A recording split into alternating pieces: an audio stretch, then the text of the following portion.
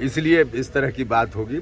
हमने जो कुछ भी कल कहा है वह यह कहा है, जो हमारे मुख्यमंत्री जी ने भी कहा अभी से सप्ताह भर पहले, कि 50% का जो सेलिंग है आरक्षण पे उसको समाप्त करना चाहिए, भारत सरकार उसको समाप्त करे। 50% के सेलिंग के चलते कई सामाजिक समूह को ज़्यादा आरक्षण मिलना चाहिए जो नहीं मिल पा रहा है। कहा जा रहा है कि 50% पूरा हो गया, कैसे दे पाएंगे। लेकिन अब जब 10% आरक्षण मिल चुका है समाज में किसी दूसरे वर्ग को, तो उसके हिसाब से तो आरक्षण की सीमा ऐसे ही टूट गई। अब लगभग 60% आरक्षण मिल रहा है, तो 60% आरक्षण मिल रहा है, और वह भी 60% आरक्षण या 10% जो आरक्षण है वह भी लोग कहते हैं आर्थिक आधार पे। आर्थिक आधार पे नहीं है। आर्थिक आधार पे होती तो दलित का भी कोई गरीब होता तो उसको भी उसमें मिलता ना। तो आर्थिक आधार पर नहीं, वह भी जात के आधार पे, वह भी कुछ जात के लोगों के लिए है। तो हमारा यह कहना है कि जब 60% आरक्षण हो ही गया, 50% की सीमा टूट ही गई, तो अब क्यों लिखे हुए हैं किताब में कि 50% से ज़्यादा नहीं होगा। अब उसको समाप्त कीजिए, 50% के सेलिंग को ख़त्म कीजिए, यह हमने कहा है। ठीक है, थैंक यू। कहा है उसको लेकर पार्टी के अंदर नाराजगी दिख रही है। जो कई नेता क्या कहा है, 10% क्या कहा है, 10% आरक्षण को लेकर क्या कहा हमने? उनका कहना है कि हिस्सेदारी सबकी उसमें मतलब हिस्सा मिलना चाहिए। भैया तो हमने क्या कहा, जरा पहले उलट को देख लीजिए ना उसको, उसके बाद सवाल पूछिए। जय कुमार सिंह भी बोल रहे हैं कि 10% भाई आप लोग गलत बता दिए होइएगा उनको। नहीं, 10% आरक्षण होना चाहिए या नहीं होना चाहिए, इस पर कहाँ कोई बात कल हुई है कि नहीं होना चाहिए, होना चाहिए, वही तो कह रहे हैं। इस पर कहाँ कोई बात है भाई?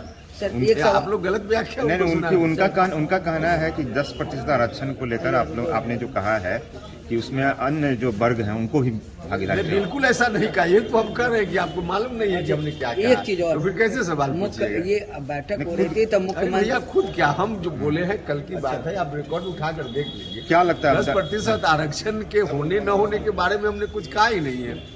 हमने जो कहा है वह यह है, हमने कहा कि जब 10% आरक्षण लागू हुआ, सुप्रीम कोर्ट ने भी संपुष्ट किया है। अब इस स्थिति में पहले से जो 50% की एक सीमा बनाई गई थी कि इससे ज़्यादा आरक्षण नहीं हो सकता है, तो लगभग 49.5% पहले से है। 10% इसको स्वीकार कर लेने के बाद तो 50% की सीमा टूट गई ना। तो जब सीमा टूट गई तो भारत सरकार को भी प्रस्ताव ला करके पार्लियामेंट से, और वह जो सीमा अब बिल्कुल कहीं की गलत लगा हुआ है उसको हटावे भारत की सरकार।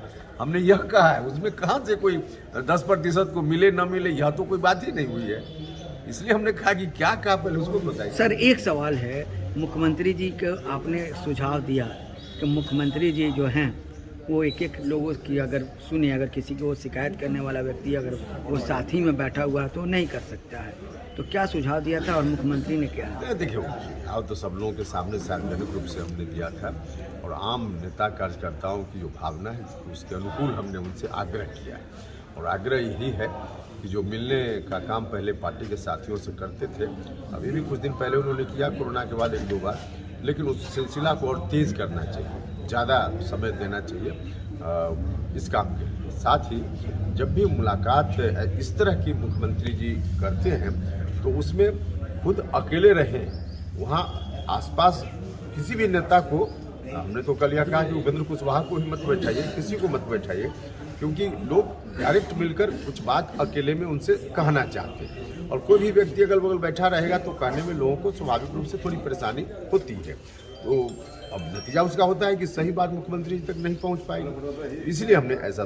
मुख्यमंत्री जी ने क्या कहा? मुख्यमंत्री जी ने क्या कहा सर? मुख्यमंत्री जी ने कहा कि हाँ, हम अब मिलेंगे लोगों से, मिलने का जो उसकी जो प्रक्रिया है हम तेज करेंगे, और उसी में कोई साथी अलग से भी कुछ कहना चाहे तो उसके लिए भी गुंजाइश रहेगी, अलग से भी थोड़ी बात। आपने कल कसम भी खाई है कि बीजेपी के साथ दोबारा नहीं जाएंगे, फिर उलट कर देख लीजिए हमने क्या कहा। अलायंस हमने कहा कि अब हमारी पार्टी तो अलग से है नहीं, हम तो जब पार्टी थी तो अलायंस की बात करते थे, अब तो जेडीयू है, तो जेडीयू है तो पार्टी कोई निर्णय लेती है तो उसके अनुसार अलग बात है।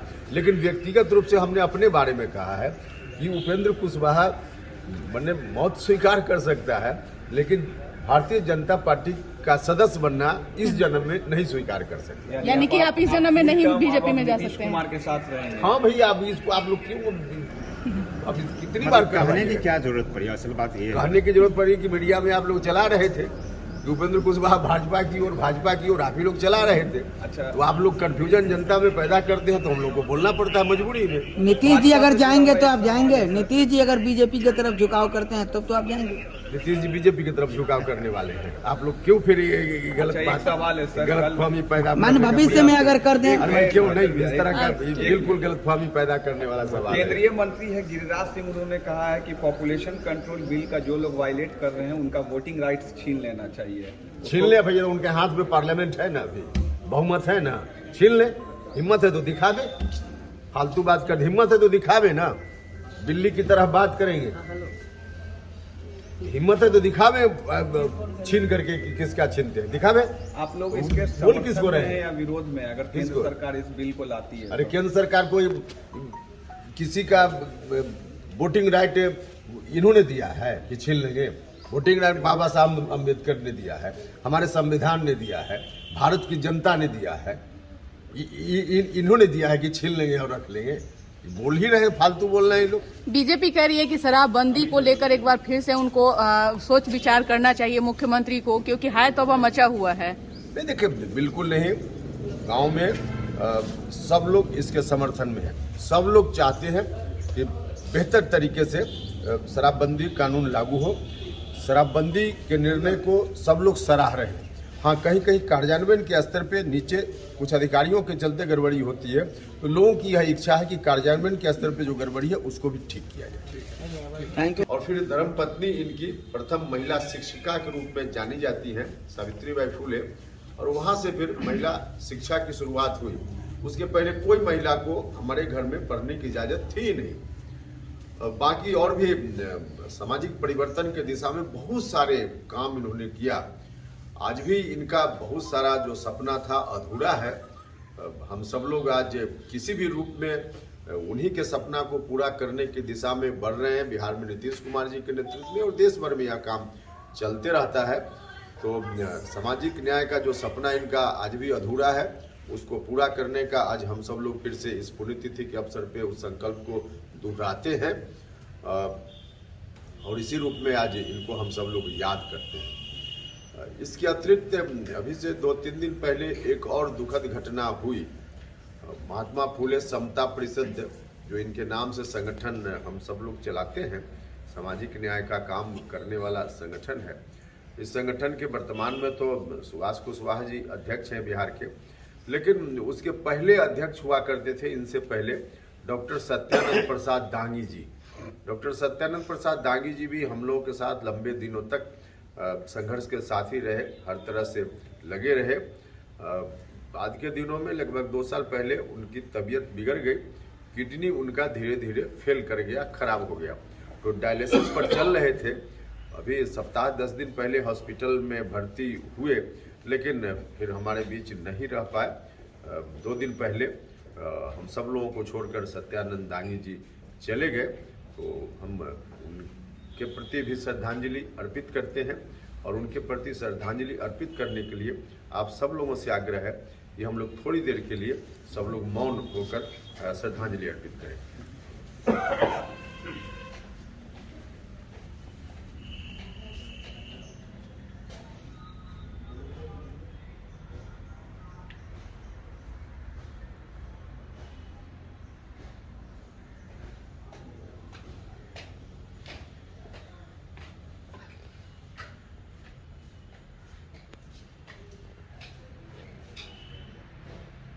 वाले लोग हैं, सब लोग पुण्यतिथि मनाते हैं और उनके प्रति श्रद्धांजलि अर्पित करते हैं। हम सब लोग भी आज यहाँ श्रद्धांजलि उनके प्रति अर्पित करने के लिए इकट्ठा हुए हैं। उनके चरणों में श्रद्धा सुमन हम सब लोगों ने अर्पित किया है और इस अवसर पे हम उनको याद करते हैं।